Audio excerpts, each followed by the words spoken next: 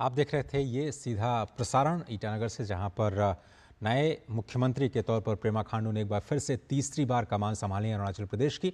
आपको बता दें कि विधानसभा चुनाव में बीजेपी के नेतृत्व वाले एनडीए को प्रचंड बहुमत मिला राज्य में, और आज ये शपथ ग्रहण समारोह जहां पर गृहमंत्री अमित शाह मौजूद रहे और स्पष्ट तौर पर नए गठबंधन के साथ, अब नई ऊर्जा के साथ अरुणाचल में एक बार फिर से जो बीजेपी है वो अपने नई पारी के लिए तैयार है। हाल ही में जो विधानसभा चुनाव में शानदार जीत हासिल कर जो 60 सदस्यों की विधानसभा है, उसमें 46 सीटें जीत करके एनडीए ने प्रचंड बहुमत हासिल किया था और पेमा खांडू तीसरी बार अरुणाचल प्रदेश के मुख्यमंत्री बने हैं। और उनके साथ कई सारे कैबिनेट मिनिस्टर्स ने भी शपथ ली। 2016 में उन्होंने सबसे युवा मुख्यमंत्री के रूप में राज्य की बागडोर संभाली थी, और अब तीसरी बार, पहले वो कांग्रेस में थे, कांग्रेस छोड़ करके वो पीपल्स पार्टी ऑफ अरुणाचल, और उसके बाद फिर बीजेपी में शामिल हुए। प्रचंड जीत के बाद एक बार फिर से आंध्र प्रदेश में एनडीए की सरकार बनी। शपथ ग्रहण समारोह कल हुआ। उसके बाद उड़ीसा में प्रचंड बहुमत के साथ एक बार फिर बीजेपी ने अकेले दम पर अपनी सरकार बनाई, और अब बीजेपी के नेतृत्व में एनडीए ने अरुणाचल में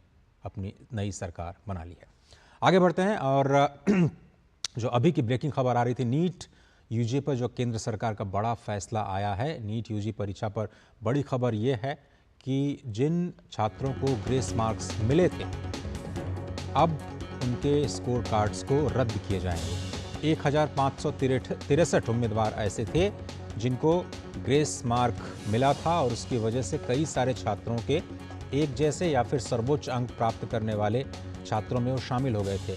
इसी आधार पर विरोध के सुर उठने शुरू हुए, और अब ये फैसला आया है कि 1563 उम्मीदवारों को या तो अपने पुराने स्कोर कार्ड पर सामना करना पड़ेगा काउंसलिंग का, या फिर उनको दोबारा परीक्षा देनी होगी नीट यूजी परीक्षा पर। यह बड़ी खबर है। अब केंद्र सरकार ने सुप्रीम कोर्ट को ये जानकारी दी है।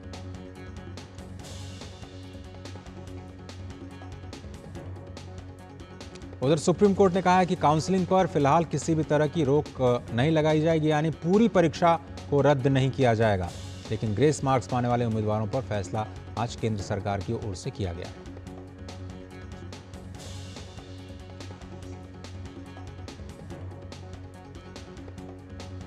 विकास सारथी इस वक्त हमारे साथ जुड़ रहे हैं। विकास, केंद्र सरकार की ओर से तो ये सुप्रीम कोर्ट को जानकारी दी गई है, बड़ा फैसला लिया गया है, लेकिन सुप्रीम कोर्ट का क्या ये अंतिम फैसला है या फिर अभी फैसला आना बाकी है? अजय, सुप्रीम कोर्ट में 2-3 मुद्दे उठाए गए थे नीट से जुड़े हुए, जिनमें सबसे पहला था नीट में अनफेयर मींस का इस्तेमाल, पेपर लीक वगैरह की बातें, और एक मुद्दा था ग्रेस मार्क्स का, जो इस बार जिसके चलते आपने बताया कि बहुत सारे स्टूडेंट्स को 100% नंबर मिले और इससे मेरिट में एक बड़ा विवाद पैदा हो गया है। तो जो ग्रेस मार्क्स का विषय है, उसको अब सुप्रीम कोर्ट ने इस मसले को डिस्पोज ऑफ कर दिया है। 8 जुलाई को अब जब सुनवाई होगी, तो ये नीट में जो पेपर लीक की घटनाएं होती हैं, इनको लेकर के सुप्रीम कोर्ट आगे सुनवाई करेगा। ग्रेस मार्क्स के विषय पर एनटीए ने कोर्ट को बताया कि 23 जून को दोबारा परीक्षा ली जाएगी। इन 1563 स्टूडेंट्स को विकल्प दिया जाएगा कि क्या वो 23 जून की इस परीक्षा में शामिल होना चाहते हैं, या वो बिना ग्रेस मार्क्स के अपने ओरिजिनल मार्क्स के जरिए काउंसलिंग की प्रक्रिया में शामिल होंगे। 23 जून को आज परीक्षा होगी, 30 जून को नतीजे आ जाएंगे इस जो पुनः परीक्षा है उसके, और इसके बाद जो 6 जुलाई को काउंसलिंग की जो पहले से ही शेड्यूल है उसके मुताबिक काउंसलिंग शुरू होगी। तो 1563 स्टूडेंट्स के पास अब विकल्प यह है कि क्या वो 23 जून को दोबारा नीट की परीक्षा देंगे या ओरिजिनल मार्क्स के साथ ही काउंसलिंग में शामिल होंगे। ये विवाद को खत्म करने की कोशिश है एनटीए की तरफ से, ग्रेस मार्क्स को लेकर के खासतौर से जिस तरह का विवाद था। कोर्ट ने यह भी कहा कि जो याचिकाकर्ता कुछ ऐसे भी आए थे जो जिनको ग्रेस मार्क्स नहीं मिले थे, लेकिन वो ये कह रहे थे कि पूरी परीक्षा फिर से हो। कोर्ट ने कहा कि केवल इन 1563 स्टूडेंट्स को ही दोबारा परीक्षा का मौका मिलेगा। जिन स्टूडेंट्स को ग्रेस मार्क्स नहीं मिले थे, उनको अपने उसी स्कोर कार्ड के जरिए, अगर वो चुने गए हैं तो काउंसलिंग में जाएं, और अगर चुने नहीं गए हैं तो वो दोबारा तैयारी करें। लेकिन उनको ये विकल्प नहीं मिलेगा पुनर्परीक्षा का, ये केवल उन्हीं स्टूडेंट्स को मिलेगा जिनको एनटीए ने अभी ग्रेस मार्क्स दिए थे। लेकिन एनटीए की बात को थोड़ा सा और आगे बढ़ाते हुए विकास, आपने कहा कुछ याचिकाएं अब भी लंबित हैं, तो क्या अभी जो सुनवाई होनी है उस पर यह विकल्प भी खुला है कि पूरी जो चयन प्रक्रिया है उसको लेकर के एनटीए की बात सुनी जाए, और उस पर भी कुछ विचार या मंथन सुप्रीम कोर्ट की तरफ से हो सकता है? देखिए, अब जो सुनवाई होगी 8 जुलाई को, उसकी जो अभी करंट जो पूरा प्रोसेस चल रहा है, जो अभी की प्रक्रिया चल रही है, उस पर कोई प्रभाव पड़ने की कोई उम्मीद नहीं दिखती है। उसकी ओके। वजह यह है कि वहां पर काफी जनरल इश्यूज उठाए गए हैं कि पेपर लीक की घटनाएं अक्सर सामने आती हैं नीट में, किसी खास सेंटर में स्टूडेंट्स को ज्यादा नंबर मिलते हैं। तो ओके। जो जो भी एनोमलीज हैं, अनियमितताएं हैं, उनको कैसे दूर किया जाए, वो एक बड़ा विषय है। वो सुप्रीम कोर्ट उस पर सुनवाई करेगा। लेकिन इस बार जो सबसे बड़ा जिसको लेकर के विवाद उठा था, वो ग्रेस मार्क्स का था, और उसको सुप्रीम कोर्ट ने कहा है कि इस पर अब आगे सुनवाई की जरूरत नहीं है। तो 8 जुलाई को जो सुनवाई होगी, वो जो जनरल डिमांड्स थे, जो हर साल कुछ इस तरह की बातें सामने आती हैं, कई बार डमी कैंडिडेट्स जी जी। या कहीं पर पेपर लीक की घटनाएं, कई बार ये अफवाहें ही होती हैं, लेकिन इस तरह की अफवाहें क्यों उठती हैं, ये भी सवाल उठाए गए हैं। तो इन विषयों पर सुप्रीम कोर्ट 8 जुलाई को सुनवाई करेगा और आगे एनटीए को जो भी जरूरी निर्देश होंगे वो जारी करेगा। और विकास, आपको याद होगा इन जनरल ये एक राजनीतिक मुद्दा भी बना चुनाव में। पेपर लीक को लेकर के तमाम राजनीतिक दलों ने अपनी बातें रखी और मौजूदा एनडीए सरकार है उसने भी कहा कि वो पेपर लीक को लेकर के कड़े कानून बनाएंगे। उसको लेकर के भी क्या सुप्रीम कोर्ट की ओर से कोई स्पष्टीकरण, कोई जवाब मांगा जा सकता है या फिर कोई निर्देश दिए जा सकते हैं कि इस मामले को लेकर के केंद्र की तरफ से खासतौर पर और राज्य सरकारों की ओर से भी कुछ ऐसे कदम उठाए जाएं कि भविष्य में इस तरह की दिक्कतें ना आए? बिल्कुल अजय, याद करें आप कि संसद में एक विशेष कानून लाया गया था इसको लेकर के कि जो परीक्षा में पेपर लीक होते हैं उसके लिए कड़े प्रावधान किए जाएं और 1 करोड़ से ज्यादा तक की का जुर्माना भी ऐसे लोगों पर किया जाए। तो एक कानून लाया गया है, उसके इम्प्लीमेंटेशन पर अभी कितना काम करना बाकी है, ये सारी चीजें कोर्ट को बताई जाएंगी। बाकी हमने स्टेट स्पेसिफिक भी देखा है, जैसे उत्तर प्रदेश में जो पेपर लीक में शामिल रहे थे उन पर राष्ट्रीय सुरक्षा कानून जैसे कानून के तहत भी कड़ी कार्रवाई की गई। तो राज्य अपने स्तर पर जो भी निर्णय है वो लेते हैं, फैसले इस तरह के लेते हैं, और केंद्र के स्तर पर एक नया कानून लाया गया है। ये सारी बातें सुप्रीम कोर्ट को सुनवाई के दौरान बताई जाएंगी। विकास, आप मेरे साथ बने रहिए और दूसरी बड़ी खबर पर भी हम आपकी राय लेंगे। और बड़ी खबर है दिल्ली में पानी संकट से जुड़ी हुई, और इस वक्त ये बड़ी खबर आ रही है कि सुप्रीम कोर्ट को से भी इस मामले पर भी एक जो है वो फैसला आया है। और पानी पर दिल्ली सरकार का नया बहाना, ये अब दिल्ली सरकार ने अपना पक्ष रखा है। सुप्रीम कोर्ट की फटकार के बाद आज फिर से होने वाली सुनवाई में से पहले केजरीवाल की तरफ से स्टेटस रिपोर्ट फाइल की गई है और उसमें कहा गया है कि टैंकर माफिया दिल्ली की सीमा से लगे हरियाणा के इलाके से पानी चोरी कर रहे हैं और वो इलाका दिल्ली सरकार के अधिकार क्षेत्र से बाहर है, इसलिए हरियाणा सरकार को इस पर कार्रवाई करनी चाहिए। दिल्ली सरकार ने कहा है कि अवैध तरीके से पानी के इस्तेमाल और बर्बादी के खिलाफ शिकायतें दर्ज करने के लिए अपने दिल्ली जल बोर्ड ने अभियान चलाया हुआ है। और 31 मई की दिल्ली जल बोर्ड की रिपोर्ट से पता चलता है कि दिल्ली जल बोर्ड अधिनियम 1998 के विभिन्न धाराओं के तहत कुल 117 चालान जारी किए गए और 35 अवैध कलेक्शन काटे गए थे। विकास सारथी हमारे साथ जुड़े हुए हैं और मुकुल हमारे संवाददाता इस मुद्दे को लगातार ट्रैक कर रहे हैं। आप दोनों ही संवाददाताओं का रुख करते हैं। मुकुल, आज क्या स्थिति है? अभी ये जो अगर पानी की सप्लाई की स्थिति देखें तो दिल्ली सरकार की ओर से क्या स्टेटस रखा गया है? अभी मौजूदा स्थिति है क्या? बिल्कुल अजय, देखिए दिल्ली सरकार की तरफ से अगर बात की जाए, इससे पहले भी हमने यही स्थिति देखी है। जब जब दिल्ली में किसी तरह की जो समस्या आती है, जब जवाबदेही बनती है दिल्ली सरकार की, तो उसका ठीकरा दूसरी राज्य सरकारों पर फोड़ दिया जाता है। इस बार भी हमने यही देखा है। जब बात आ रही है जल संकट जो कि राजधानी दिल्ली में बना हुआ है, खासतौर से इसमें अगर देखा जाए तो जल मंत्री हैं आतिशी, वो फिलहाल मैं अक्षरधाम के पास मौजूद हूँ जहाँ एक जल वितरण केंद्र है, वो यहाँ पहुँची थी। हमने उनसे बात करने की कोशिश भी की कि लेकिन इस मुद्दे पर उन्होंने कुछ भी कहने से इनकार कर दिया। बात करना उन्होंने ज़रूर नहीं समझा। लेकिन अगर जब तक हम देखते हैं, क्योंकि अब से पहले भी जब इस तरह की समस्या आई हैं, जल संकट की समस्या हमने देखी है, कोशिश यही की जाती रही कि समस्या का समाधान हो सके। लेकिन जब हरियाणा सरकार की तरफ से लगातार ये बात कही गई कि जो पानी है वो छोड़ा जा रहा है, अगर हम देखें 1 जून से लेकर 7 जून तक का अगर देखा जाए तो करीब 850 क्यूसेक से ज़्यादा का भी जो पानी है वो छोड़ा गया है हर दिन। लेकिन उसके बावजूद दिल्ली में जो पानी का संकट है वो बना हुआ है।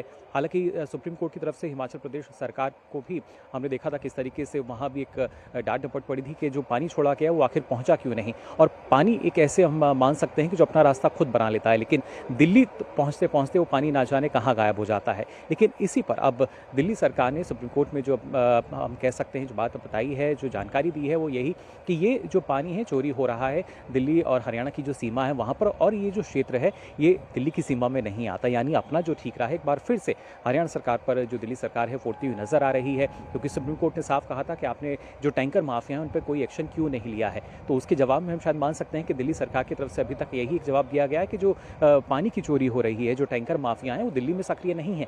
लेकिन लगातार हम देखते हैं जो टैंकर माफिया हैं उनका किस तरह का जाल राजधानी दिल्ली में फैल चुका है, पूरी तरीके से फैला हुआ है, बावजूद इसके उन पर कोई कार्रवाई नहीं की गई। सुप्रीम कोर्ट तक इस बात को लेकर चिंतित है कि जल संकट है, राजधानी के जो लोग हैं उनको पानी नसीब नहीं हो रहा है, लेकिन वही राजधानी की जनता है जिन्होंने आम आदमी पार्टी को चुना था कि कम से कम मूलभूत सुविधाएं जो हैं वो शायद अब लोगों को मिलना नसीब होंगी। तो ना यहाँ पे पानी की सुविधा मिल पा रही है, ना लोगों को बिजली नसीब हो रही है, और जिस तरीके से लगातार भीषण गर्मी का प्रकोप बढ़ रहा है, ये जल संकट बढ़ता जा रहा है। आपको बता दूं अजय, खासतौर से राजधानी दिल्ली की अगर बात करें तो यहाँ 7 खासतौर से जो बड़े वाटर ट्रीटमेंट प्लांट हैं उनमें से 6 वाटर ट्रीटमेंट प्लांट का जो प्रोडक्शन है वो कम हो चुका है, क्योंकि हरियाणा की तरफ से जो पानी की बात कही जा रही थी, यमुना में अभी जो जलस्तर है वो कम है, उस वजह से जो वाटर ट्रीटमेंट है, जो उत्पादन होता है पानी का, जो शोधन किया जाता है वो पूरी तरीके से नहीं हो पा रहा, जिस वजह से 6 ऐसे प्लांट हैं जहाँ पे जो पानी का उत्पादन है बेहद कम हो रहा है, और उस वजह से लगातार जो संकट की स्थिति हम देख पा रहे हैं। और कहीं ना कहीं जो जल प्रबंधन की बात कही जाती है,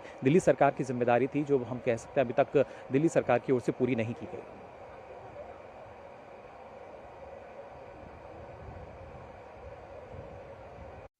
हरियाणा की जो सीमा लगती है दिल्ली से, दिल्ली के अधिकार क्षेत्र से बाहर हैं, लेकिन टैंकर उनकी सीमा में प्रवेश तो कर रहे हैं, वो उन इलाकों में जा तो रहे हैं जहां पर पानी की ज़रूरत है, वो सरकारी सप्लाई को सप्लीमेंट करने की कोशिश कर रहे हैं और दिल्ली की जनता से उजूल क्या कहें मनमाना जो है वो शुल्क वसूल रहे हैं। क्या ये काफ़ी नहीं है? मतलब अगर ये तो इस तरह से हुआ कि आपने बंदूक कहीं और से ली और अपराध मान लीजिए किसी राज्य में किया, तो वो अपना पल्ला झाड़ ले कह के कि भाई हमारे यहाँ से हथियार नहीं है। क्राइम जो हो रहा है जिस पर सुप्रीम कोर्ट ने सख्त कार्रवाई की, वो तो दिल्ली में हो रहा है, तो एफआईआर क्यों दर्ज नहीं कराई जा रही? बल्कि जबकि कल बीजेपी ने एक चिट्ठी जारी करके पुलिस कमिश्नर को कहा कि हमारी तरफ से एफआईआर दर्ज कराई कि जो टैंकर माफिया है वो इसका गलत फायदा उठा रहे हैं और लोगों से वसूली कर रहे हैं। जी बिल्कुल अजय, जो बीजेपी की तरफ से हमने देखा था, वीरेंद्र सचदेवा जो नवनिर्वाचित सांसद हैं वो दिल्ली कमिश्नर से मिले थे, उनको लिखित रूप में शिकायत भी दी थी एफआईआर के लिए। लेकिन अभी तक अगर देखा जाए, क्योंकि सख्त निर्देश थे सुप्रीम कोर्ट के भी कि आप कार्रवाई कीजिए, वरना दिल्ली पुलिस को हमें कहना पड़ेगा कार्रवाई करने के लिए, लेकिन फिलहाल अभी तक इस तरह की जो कोई कार्रवाई है वो सामने नहीं आई है। और अब से पहले की अगर बात की जाए, क्योंकि दिल्ली जल बोर्ड है जो कि हम कह सकते हैं कोशिश की जा रही थी जो पानी की आपूर्ति है उसको पूरा किया जा सके, लेकिन वो पूरी नहीं हो पा रही, और वहाँ पर ही जो टैंकर माफिया हैं वो पूरी तरीके से सक्रिय होते हैं। जैसा आपने कहा कि मुंह मांगी जो कीमत है वो लोगों को चुकानी पड़ रही है, जैसा कहा जाता है उनको देना पड़ता है। लेकिन यहाँ भी दिल्ली सरकार जो है, दिल्ली जल बोर्ड के जो आला अफसर हैं उन पर टैंकर माफियाओं की मिलीभगत का आरोप लगाती हुई नजर आती है। जल मंत्री आतिशी उन्होंने ही इस तरह के आरोप जो दिल्ली जल बोर्ड के अधिकारी हैं उन पर लगाए थे कि दिल्ली जल बोर्ड के अधिकारी और जो टैंकर माफिया हैं उनकी मिलीभगत है, और उसी वजह से, क्योंकि अब से पहले अगर बात की जाए, पिछले साल जून में करीब 1300 टैंकर से ज़्यादा थे दिल्ली जल बोर्ड के पास, और वहीं आज के समय की अगर बात की जाए तो करीब जो हम कह सकते हैं रजिस्टर्ड जो टैंकर की संख्या बताई गई वो करीब 888 के आसपास बताई गई है। तो ये आंकड़ा है जाहिर तौर पर बता रहा है कि जो टैंकर हैं उनकी भी कमी है। अचानक से जब ज़रूरत पड़ी तो आखिर कैसे जो टैंकर हैं उनकी कमी पड़ जाती है। जो टैंकर माफिया हैं वो लोगों से मनचाहा जो पैसा है वो वसूलने लगते हैं, और उसके बावजूद दिल्ली सरकार ये कहती है कि जो टैंकर माफिया हैं वो हरियाणा से पानी भर रहे हैं, लेकिन जैसा आपने भी कहा कि उनकी सीमा में जब आते हैं तब उन पर किसी भी तरह की अभी तक कोई कार्रवाई नहीं की गई है। अब देखना यही होगा कि और किस तरीके से सुप्रीम कोर्ट जो है इस मामले में सख्ती दिखाता है। लेकिन दिल्ली सरकार की ओर से जो इंफ्रास्ट्रक्चर है उसको लेकर के क्या कहा जा रहा है? जो पाइपलाइंस हैं उनकी मरम्मत में निवेश, नई पाइपलाइन बिछाने, नई सप्लाई चेन बनाने, या फिर पानी के दूसरे सोर्स को एक्सप्लोर करने, उस पर कुछ प्रतिक्रिया आई है क्या? जी अजय, देखिए जिस जगह हम मौजूद हैं वहाँ पे इस नई पाइपलाइन का हवाला दिया गया था कि जो नई पाइपलाइन है इसके ज़रिए कोशिश की जाएगी जो पानी की आपूर्ति है वो पूरी हो सके। और इसके बारे में भी हम कोशिश कर रहे थे जो जानकारी है वो ले सकें, लेकिन जो जल मंत्री हैं उन्होंने सीधे तौर पर कहीं ना कहीं इस जानकारी को ना देना उन्होंने ज़रूरी समझा, बचना उन्होंने चाहा हमारे सवालों से। और साफ तौर से, क्योंकि ना सिर्फ जो इंफ्रास्ट्रक्चर की बात आप कर रहे हैं, ये एक जगह नहीं बल्कि तमाम जो पुराने हैं उनको दुरुस्त किया जाना चाहिए था, लेकिन समय से पहले। अब क्योंकि जो जल संकट है बिल्कुल सामने है, अब शायद सुप्रीम कोर्ट जो है तब इस तरह की सख्त कार्रवाई करता है, तब सरकार चेतती है, या जब विपक्ष की पार्टियां हैं, यानी यहाँ प्रदेश दिल्ली की इकाई की अगर बात की जाए, तब वो जब कार्रवाई की मांग करती है तब आम आदमी पार्टी जागती है। और तब इस तरह के जो निरीक्षण हैं, आप क्योंकि यहाँ आतिश जो है पहुंची थी एडीएम और एसडीएम तहसीलदारों के साथ देखने के लिए, तब इस तरह के जो निरीक्षण हैं वो ज़रूर दिखाए जाते हैं कि हम कोशिश कर रहे हैं, कार्रवाई कर रहे हैं, लेकिन कार्रवाई के नाम पर असल में अभी तक कुछ नहीं किया गया। और इसी मुद्दे पर विकास सारथी हमारे साथ जुड़ रहे हैं। विकास, अब तो दिल्ली सरकार ये करे कि हम टैंकर माफिया के खिलाफ कोई एक्शन ले ही नहीं सकते क्योंकि वो तो क्राइम कर रहे हैं दिल्ली के दायरे से बाहर, तो सुप्रीम कोर्ट क्या इस जवाब से संतुष्ट होगा या अभी स्टेटस क्या है? अजय, इस वक्त सुनवाई चल रही है और सुप्रीम कोर्ट बहुत ज्यादा कन्विंस नहीं है, बहुत संतुष्ट नहीं है दिल्ली सरकार के रुख को लेकर के। यहाँ पर एक लंबा चौड़ा हलफनामा दिया गया है दिल्ली सरकार की तरफ से, जिसमें ये कहा गया कि हरियाणा की तरफ पानी की चोरी होती है तो इसको लेकर के हरियाणा सरकार को कार्रवाई करनी चाहिए और क्या कार्रवाई की है ये कोर्ट को बताना चाहिए। दूसरा बड़ा एक आरोप दिल्ली सरकार पे लगा कि जो उनका वाटर लॉस डिस्ट्रीब्यूशन में है वो बहुत ज्यादा है, 52% है। उसका बचाव दिल्ली सरकार ने ये कहते हुए किया कि 50% औसतन लगभग सभी राज्यों का है और हरियाणा से भी पूछा जाए कि उनके यहाँ वाटर लॉस डिस्ट्रीब्यूशन में कितना है। एक उन्होंने बचाव अपना यहाँ पर यह किया है कि जो डिस्ट्रीब्यूशन लॉस नहरों के जरिए जब पानी पहुंचता है उसको कम करने के लिए दिल्ली जल बोर्ड ने 500 करोड़ रुपए खर्च करके कंक्रीट लाइंड कैनाल बनवाई है, जिससे जो लॉस है वो 25% तक आ गया, जो 50% होता था। इस तरह की बातों से अपना बचाव किया है, लेकिन इन सब दलीलों से सुप्रीम कोर्ट बहुत ज्यादा कन्विंस्ड नहीं दिखता है। और हर साल, क्योंकि ये कहा जाता है कि हर साल इस तरह की दिक्कत होती है और तभी ये बताया जाता है कि पाइपलाइन में जो कहीं कहीं पर इश्यूज हैं उनके रेनोवेशन की जरूरत है, लेकिन ये गर्मी में ही क्यों याद आता है सरकार को, ये सवाल सुप्रीम कोर्ट का भी था कि ये इसको जो मामला ये पूरा है ये सुप्रीम कोर्ट तक पहुंचता क्यों है।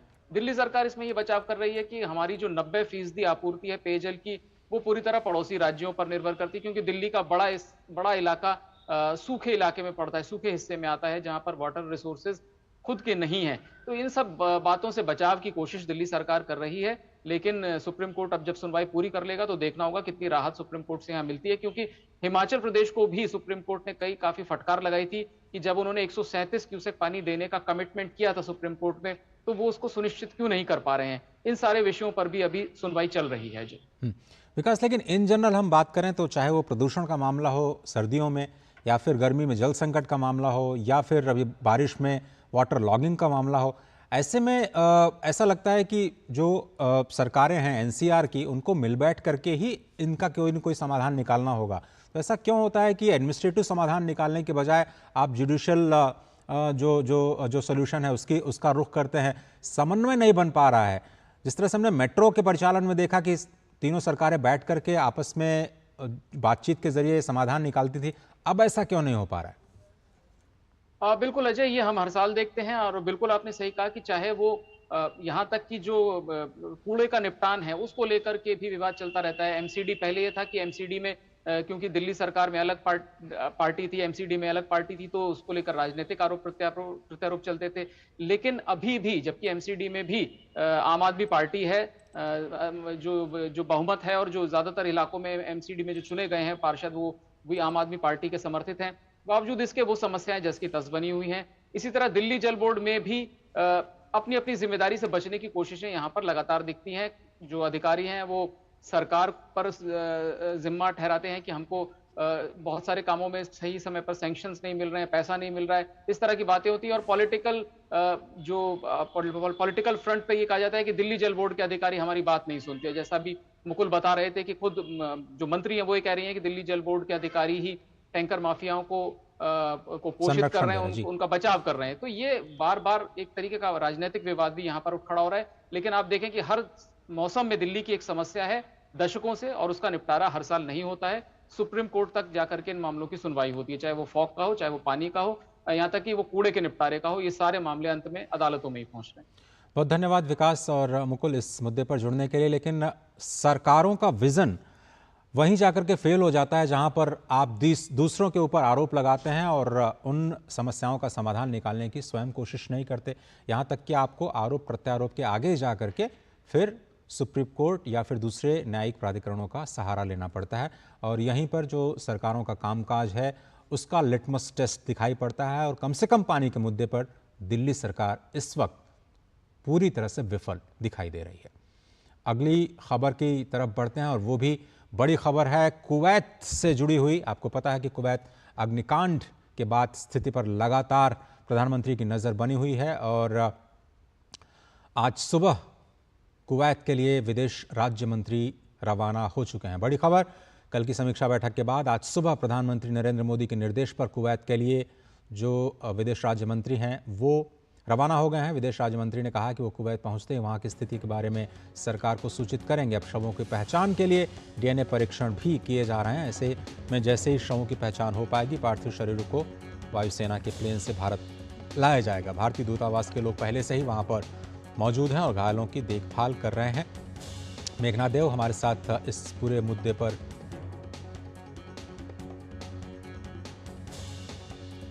We had a meeting last night with the Honorable Prime Minister, and that's the last update we have about this very sad tragedy.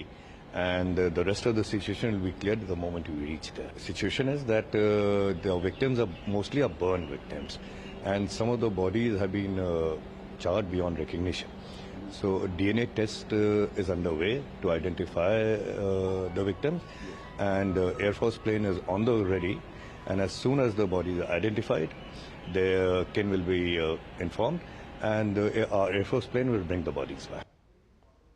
तो स्पष्ट तौर पर ये कहते हुए विदेश राज्य मंत्री की शवों की पहचान नहीं हो पा रही है।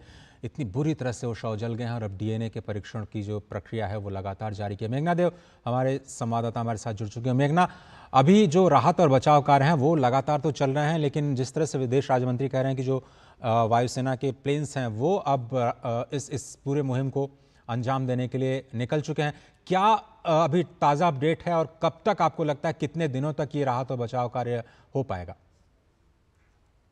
देखिए, बेशक अजय, इसमें ये बात तो सामने आ रही है कि कुछ दिन लगेंगे क्योंकि डीएनए टेस्टिंग में भी समय लगता है। जो शव हैं जो जल चुके हैं उनकी शिनाख्त करने में भी समय लगेगा। तो और उसके बाद फिर आइडेंटिफिकेशन प्रोसीजर होगा और उसके बाद उनके परिजनों को इन्फॉर्म किया जाएगा और वायुसेना के विमानों से इस मृतदेह जिनके भी हैं, जो विक्टिम्स हैं इस पूरे ट्रेजेडी में, उनके शव को वापस लाया जाएगा। अहम बात यहाँ पर यह है कि विदेश राज्य मंत्री के पहुंचते ही 3 चीजें जो हैं उनको सबसे पहले देखनी पड़ेंगी। सबसे पहले तकरीबन 50 से अधिक लोग बताए जा रहे हैं कि अस्पतालों में भर्ती हैं। वहां के सरकारी अस्पतालों में 5 अस्पतालों का नाम बताया गया है विदेश मंत्रालय के द्वारा, जहां पर ये लोग भर्ती हैं जो जख्मी हुए थे इस पूरी इंसिडेंट में, इस पूरी दुर्घटना में। दूसरी बात यहाँ पर यह है कि कैसे शवों की शिनाख्त हो, किस तरीके से उनको वापस लाया जाए, उनके परिजनों को इन्फॉर्म किया जाए। जो रिपैट्रिएशन ऑफ मॉडल रिमेन्स है वो एक बहुत बड़ा यहाँ पर चैलेंज बनता नजर आ रहा है।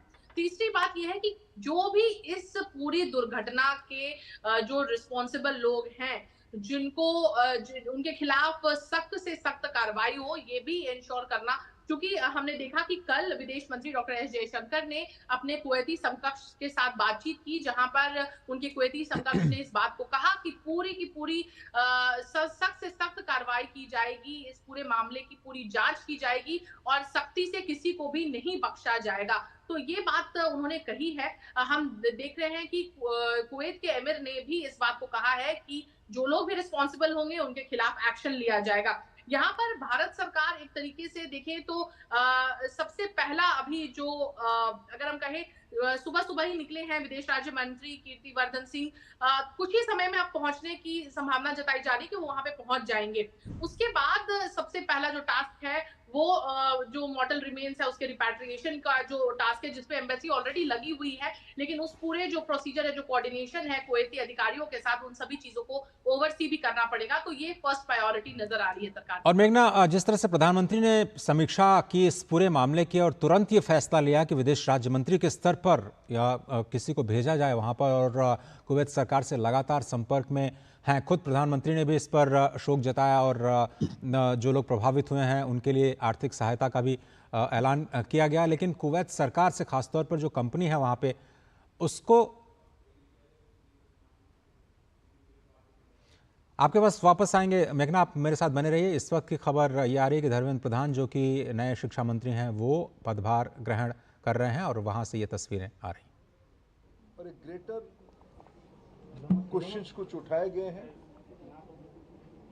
सरकार उसकी सामना करने के लिए उसको संतुष्टि के साथ बच्चों को उत्तर देने के लिए बहुत प्रामाणिकता के साथ खड़ा है। स्पेसिफिक घटना जो आए हैं उसको सरकार गंभीरता से लिया है। एकेडमिशियंस की कमेटी बनी है, उन्होंने कुछ रिकमेंडेशन किया है, उस हिसाब से सरकार आज कोर्ट के सामने उस पक्ष को रखेगा। और बाकी जो नीडफुल सुप्रीम कोर्ट के आदेश से ही कुछ साल पहले से एनटीए की गठन हुई है। पिछले दिनों में आज एनटीए लगभग 3 बड़े बड़े एग्जामिनेशन कराती है, सक्सेसफुली कराती है। नीट, जेई और सीयूईटी। इतने बड़े देश में जब 13 लैंग्वेज में एग्जामिनेशन होगा, विश्व की कई देशों में एग्जामिनेशन सेंटर होगी, कई प्रकार के स्टूडेंट्स उसमें पार्टिसिपेट करते हैं। जो घटना हमारे सामने आई, निश्चित रूप में दोषियों को उसमें दंड दिया जाएगा। लेकिन मैं विद्यार्थियों को मुख्यतः और अभिभावकों को आश्वस्त करना चाहूंगा, भारत सरकार और उसकी इंस्ट्रूमेंट एनटीए कमिटेड है। एनटीए कमिटेड है छात्रों के भविष्य को सुरक्षित करने के लिए। धर्मेंद्र प्रधान जो कि शिक्षा मंत्री के तौर पर जिन्होंने पदभार ग्रहण किया, एक बड़ा बयान देते हुए ये किसी भी तरह से छात्रों के भविष्य के साथ खिलवाड़ नहीं किया जाएगा। लेकिन एनटीए का उन्होंने बचाव किया कि जिस तरह से इतने बड़े पैमाने पर वो जो परीक्षाएं आयोजित करते हैं उसमें कुछ केंद्रों पर गड़बड़ी की शिकायत मिल सकती है, लेकिन केंद्र सरकार और नीट उसके ऊपर उन्होंने पूरा भरोसा जताया है।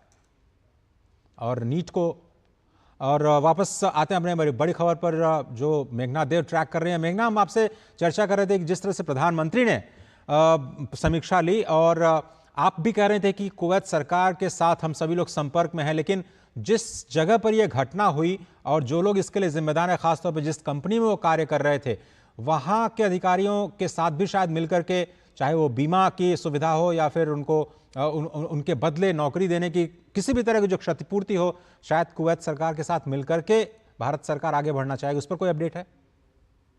देखिए, सबसे पहली बात यहाँ पर है कि जिस बिल्डिंग में आग लगी, जो लेबर कैंप कहा जाता है, उस बिल्डिंग के जैनिटर को क्वेश्चनिंग के लिए ले जाया गया है। ओनर को भी बताया जा रहा है कि हिरासत में लिया गया है, क्वेश्चनिंग की जा रही है।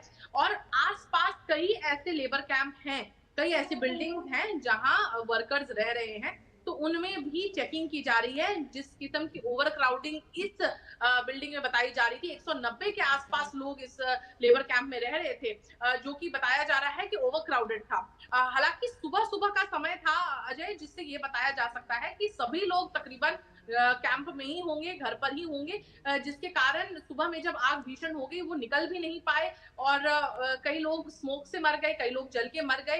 तो ये जो परिस्थिति है वो सुबह सुबह हुई थी, जिसके कारण भागने में असमर्थ रहे काफी ज्यादा लोग। आपका जहां तक प्रश्न है कि कुवैती अथॉरिटीज क्या कर रही हैं, सबसे पहले अभी बताया जा रहा है कि क्रैकडाउन किया जा रहा है। आसपास जो भी ऐसी जगहें हैं, इमारत जहां पर इस तरीके के लेबर कैंप्स हैं, उनमें चेकिंग की जा रही है कि क्या रूल्स वायलेट किए जा रहे हैं, किस तरीके के किस परिस्थितियों में लोगों को रखा जा रहा है। फायर सेफ्टी पर भी बहुत बड़ा प्रश्न उठता है कि किस तरीके की फायर सेफ्टी। बिल्कुल। दूसरी बात यहाँ पर यह है कि अगर हम रिपोर्ट्स को देखें, अलग अलग रिपोर्ट्स को, तो ये एनालाइज करना आसान हो रहा है कि पहले फ्लोर पर किचन था जहां से आग ओरिजिनेट हुई और उसके बाद काफी सिलेंडर्स पड़े हुए थे, जिससे कि आग और ज्यादा भयावह हो गई। कुछ विजुअल्स में कई सारे सिलेंडर्स नजर आ रहे हैं, जिससे ये बताया जा सकता है कि एग्रीवेट करने में, फायर को और ज्यादा भयावह बनाने में इन सिलेंडर्स का रोल हो सकता है। हालांकि ये सब आधिकारिक इन्वेस्टिगेशन के बाद ज्यादा क्लैरिटी से बाहर आ सकेगा, लेकिन इस चीज में बेशक लापरवाही जो बरती गई है और जो फायर सेफ्टी को इग्नोर किया गया है, उस पर बेशक एडमिनिस्ट्रेशन कार्रवाई करेगा। और इस दुर्घटना से जागकर कई जगहों पर चेकिंग की जा रही है, ये वहां की लोकल मीडिया रिपोर्ट्स बता रही हैं। और लोकल मीडिया रिपोर्ट्स ये भी कह रही हैं कि कुवैत के इतिहास में सबसे दर्दनाक बिल्डिंग फायर्स में से एक है ये जो इंसिडेंट कल हुआ है। बहुत ही दुखद घटना है, लेकिन फिलहाल जो भारत सरकार है इस पर लगातार नज़र बनाए हुए है, और जिस तरह से फौरी तौर पर प्रधानमंत्री ने निर्णय लिया समीक्षा बैठक के बाद कि विदेश राज्य मंत्री को वहाँ पर दौरा करना चाहिए और वहाँ की स्थिति खुद जाकर के वहाँ लेनी चाहिए, अपने आप में आप समझ सकते हैं कितना गंभीर है। मेघना देव, बहुत धन्यवाद, आप नज़र बनाए रखिए इस बड़ी खबर पर, हम लगातार आपसे अपडेट लेते रहेंगे और आगे बढ़ते हैं। और नई मोदी सरकार में राज्य मंत्री जो कि रक्षा मंत्रालय में राज्य मंत्री हैं संजय सेठ जी, उन्होंने आज दिल्ली में राष्ट्रीय युद्ध स्मारक पर जाकर के पुष्पांजलि अर्पित की। कार्यभार संभालने से पहले उन्होंने शहीद नायकों को श्रद्धांजलि दी है। वो झारखंड से आते हैं और रांची से भाजपा के सांसद हैं।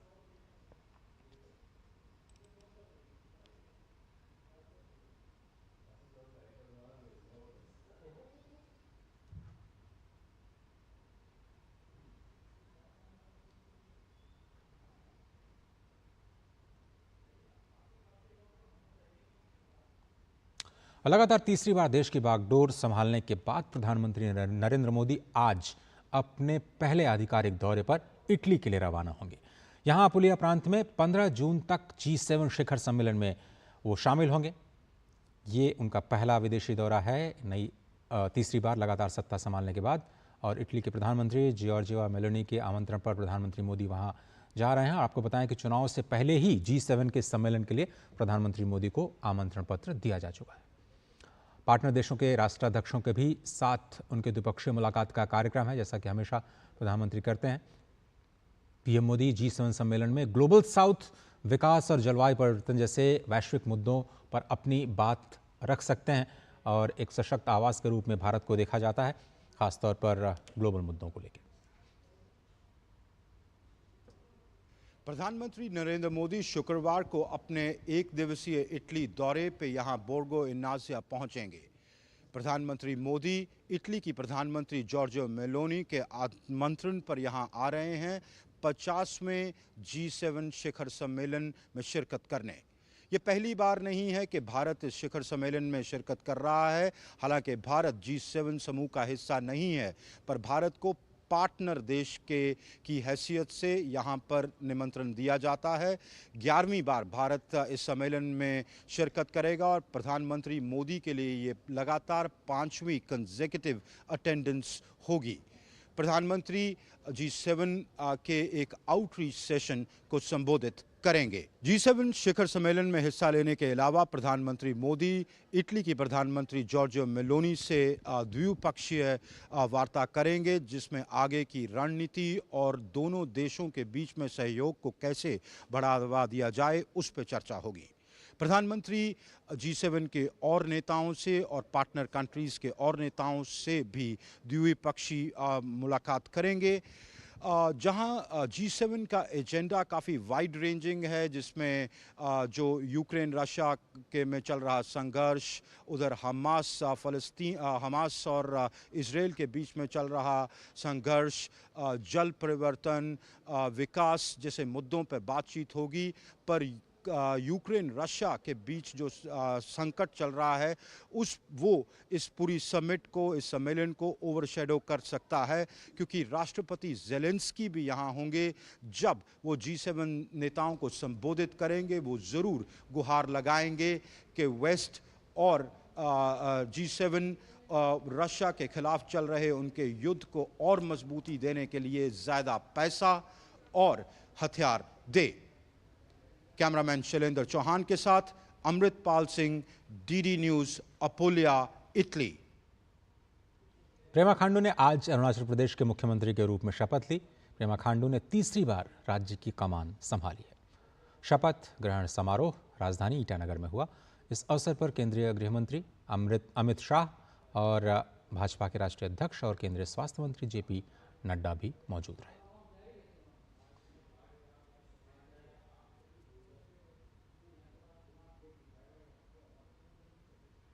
वहीं चौनामीन ने अरुणाचल प्रदेश के उप मुख्यमंत्री के रूप में शपथ ग्रहण की।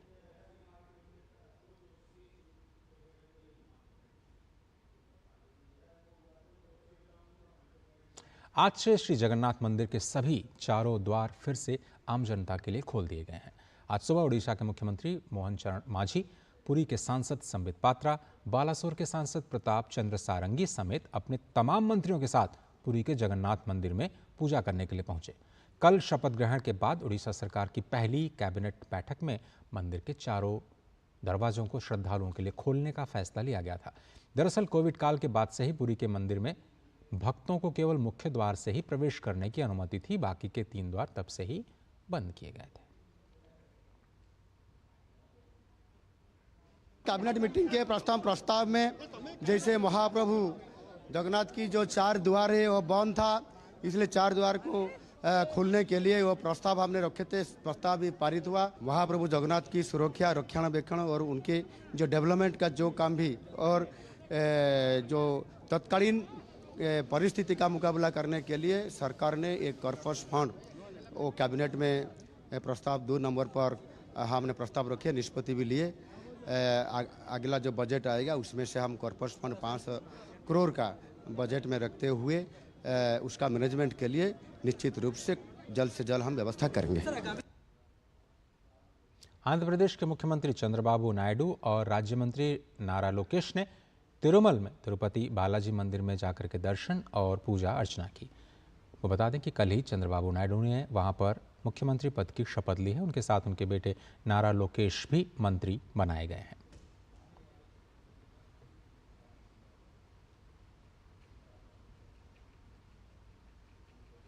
जम्मू कश्मीर के डोडा में हुए आतंकी मुठभेड़ के बाद डोडा पुलिस ने 4 आतंकवादियों का स्केच जारी किया है। प्रत्येक आतंकवादी की जानकारी देने पर 5 लाख रुपए नकद इनाम की घोषणा भी की गई है। पुलिस की तरफ से बताया गया कि आतंकियों के भद्रवाह, थाथरी और गंदोह के ऊपरी इलाकों में होने और आतंकी गतिविधियों में शामिल होने की सूचना मिली है। इसे लेकर जम्मू कश्मीर पुलिस ने आम जनता से कुछ नंबर्स की सूची जारी करके इन आतंकवादियों की उपस्थिति या गतिविधि के बारे में जानकारी देने की अपील की है। सूचना देने वालों की पहचान गुप्त रखी जाएगी।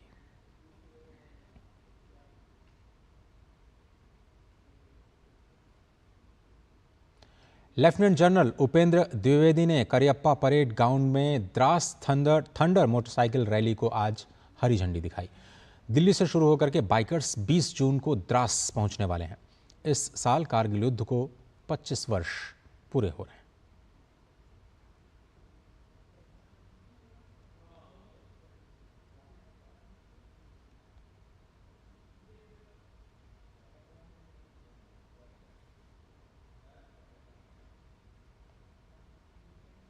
गर्मी और लू की वजह से उत्तर भारत में एक बार फिर से लोगों की परेशानियां बढ़ गई हैं। गर्म हवा की वजह से लोगों का घर से निकलना मुश्किल हो गया है। मौसम विभाग ने उत्तर प्रदेश के कई हिस्सों समेत गांगेय पश्चिम, बिहार और झारखंड में तेज लू चलने की संभावना जताई है। साथ ही साथ चेतावनी भी जारी की है। उत्तराखंड के कुछ हिस्सों, जम्मू डिवीजन के अलग अलग हिस्सों में हीट वेव की स्थिति बने रहने की संभावना है। गांगेय पश्चिम के पुरुलिया में अधिकतम तापमान 43.3 डिग्री सेल्सियस, झारखंड के डाल्टनगंज में 46.5 डिग्री सेल्सियस और सबसे अधिक उत्तर प्रदेश के कानपुर में अधिकतम तापमान 47.5 डिग्री सेल्सियस दर्ज किया गया। वहीं दिल्ली में अधिकतम तापमान रहा 46.6 डिग्री।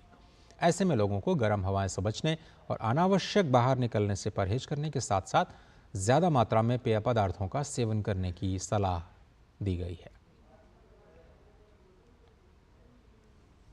उधर असम में बाढ़ की स्थिति में पिछले कुछ दिनों में सुधार हुआ है। 2 जिलों में बाढ़ प्रभावित गांवों की संख्या अब घट करके 25 हो गई है। हालांकि 1971 लोग अब भी बाढ़ से प्रभावित हैं।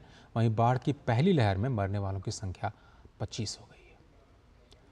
करीमगंज और नागांव 2 जिले बाढ़ से प्रभावित हैं। इसी के साथ कुल 25 गांव और 5 मंडल भी बाढ़ से प्रभावित हैं।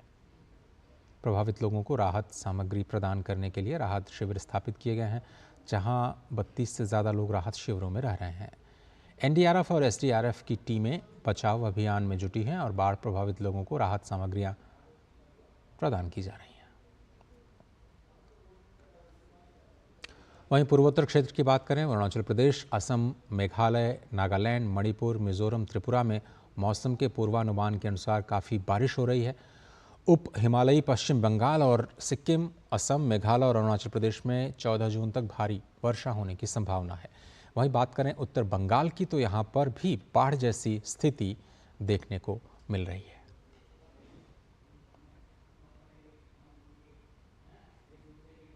मई महीने में खुदरा महंगाई दर 1 साल के निचले स्तर पर आने के साथ ही आईटी शेयर्स में खरीदारी और अमेरिकी फेडरल रिजर्व द्वारा ब्याज दरों में कोई बदलाव न करने का असर भारतीय शेयर बाजार पर भी दिखाई दिया।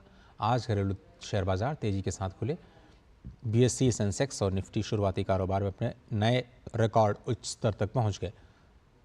सेंसेक्स 538 अंकों पर 77,145 के अपने ऑल टाइम रिकॉर्ड लेवल पर पहुंचा।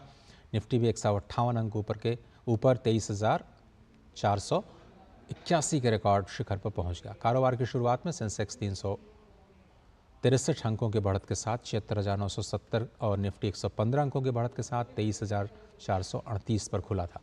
फिलहाल थोड़ी देर पहले सेंसेक्स 225 अंक ऊपर 76,832 और निफ्टी 64 अंक ऊपर 23,387 पर कारोबार करता नजर आया। कल भी कारोबार के आखिर में फायदे के साथ सेंसेक्स और निफ्टी बंद हुए थे। Wipro, Tech Mahindra, Nestle, Titan, HCL Technologies, Bajaj Finance, Infosys, Kotak Mahindra Bank और टाटा कंसल्टेंसी सर्विसेज सबसे ज़्यादा फायदे में रहने वाले शेयर्स आज दर्ज किए गए। और आईटी इलेक्ट्रॉनिक्स मंत्रालय में कमान संभालने के बाद केंद्रीय मंत्री अश्विनी वैष्णव ने भरोसा जताया है कि भारत का इलेक्ट्रॉनिक सेक्टर साल 2024-25 में नई ऊंचाइयां छूने को तैयार है। सोशल मीडिया प्लेटफॉर्म एक्स पर उन्होंने लिखा कि एप्पल ने चालू वित्त वर्ष के पहले 2 महीनों में ही 2 बिलियन एक्सपोर्ट्स के दायरे को पार कर लिया, जो कुल उत्पादन का 81% है। बता दें कि अब तक 2 महीनों में एप्पल ने $2.6 अरब का मोबाइल उत्पादन किया है। PLI स्कीम के तहत एप्पल ने इस साल $10 अरब के उत्पादन का लक्ष्य रखा है। इसका 25% केवल 2 महीनों में ही हासिल कर लिया गया। बीते साल एप्पल ने भारत से $14 अरब के उत्पादन और $10 अरब का एक्सपोर्ट लक्ष्य निर्धारित किया था, उसको हासिल भी किया था। आईटी मंत्री ने उम्मीद जताई है कि आने वाले दिनों में ग्लोबल वैल्यू चेन की दूसरी बड़ी कंपनियां भी PLI योजना के तहत आईटी हार्डवेयर सेक्टर में निवेश बढ़ाने जा रही हैं।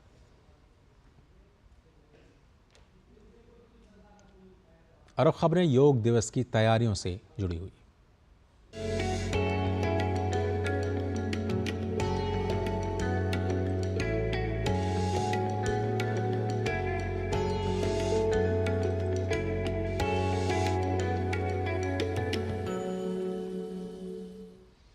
मथुरा में लगाए गए योग शिविरों में लोगों ने उत्साह के साथ प्राणायाम किया। योग शिविर में योग गुरुओं ने प्रशिक्षण के दौरान लोगों को योग क्रियाओं की जानकारियां दी। मुख्य रूप से मथुरा के डेम्पियर नगर में स्थित भगत सिंह पार्क में लोगों ने योग के आसन का सामूहिक अभ्यास किया। इस शिविर में न केवल योग के फायदे बताए गए बल्कि नियमित योग करने की सलाह भी दी गई।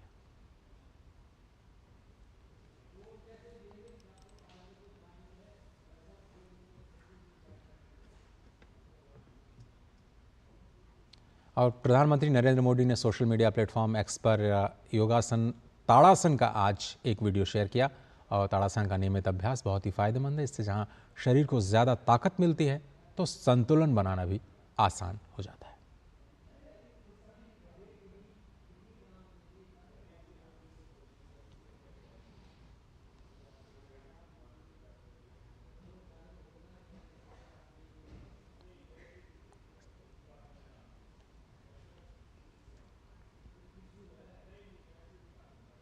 और भारतीय क्रिकेट टीम ने अमेरिका को हरा करके T20 वर्ल्ड कप 2024 में जीत की हैट्रिक लगा दी और इसी के साथ टीम इंडिया पहुंच गई है सुपर 8 में। सुपर 8 के लिए क्वालिफाई करने वालों के बाद क्रिकेट प्रेमियों का जोश हाई है। स्टेडियम के बाहर फैंस ने खूब जश्न मनाया। न्यूयॉर्क में हमारे संवाददाता तापस भट्टाचार्य ने क्रिकेट फैंस से खास बातचीत की है।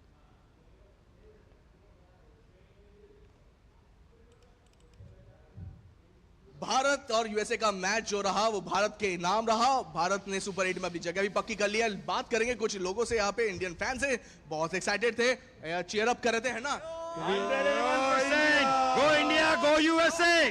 Both specially came from Delhi, Delhi से आए हैं। दिल्ली से आए हैं, देख सकते हैं। और पहले इंडिया मुंबई से। I am the USA. अच्छा मुझे ये बताइए आप लोग कि आज का मैच एक टाइम पे लगा कि शायद गड़बड़ हो सकता है। नो ऐसा It was a tricky situation at one point, but after the third 16th over, it's stabilized. Okay. So we have more confidence. Hello? Yeah. Yeah. It was a lot of fun. Yeah. At one point, I would think US would win, but the tables turned. Tables turn हो गया, उसके बाद भारत ने ये match अपने नाम कर लिया। क्या पसंद है जयशंकर के साथ? मैं तापस भट्टाचार्य, दूरदर्शन समाचार, न्यूयॉर्क। शेफन रदरफोर्ड की तूफानी अर्धशतकीय पारी के बाद अलजारी जोसेफ के 4 विकेट और गुडाकेश मोती के 3 विकेट्स की बदौलत वेस्टइंडीज ने आईसीसी टी20 विश्व कप 2024 के 26वें मैच में आज न्यूजीलैंड को 13 रनों से शिकस्त दे दी। इसके साथ ही वेस्टइंडीज ने सुपर 8 के लिए क्वालिफाई कर लिया है। वहीं न्यूजीलैंड पर टूर्नामेंट से बाहर होने का खतरा मंडराने लगा है। ये कीवी टीम की 2 मैचों में लगातार दूसरी हार है। त्रिनाद के ब्रायन लारा स्टेडियम में वेस्टइंडीज ने पहले खेलते हुए 9 विकेट्स के नुकसान पर 149 रन बनाए। जवाब में केन विलियमसन की कप्तानी वाली न्यूजीलैंड टीम निर्धारित 20 ओवरों में 9 विकेट के नुकसान पर केवल 136 रन ही बना पाई।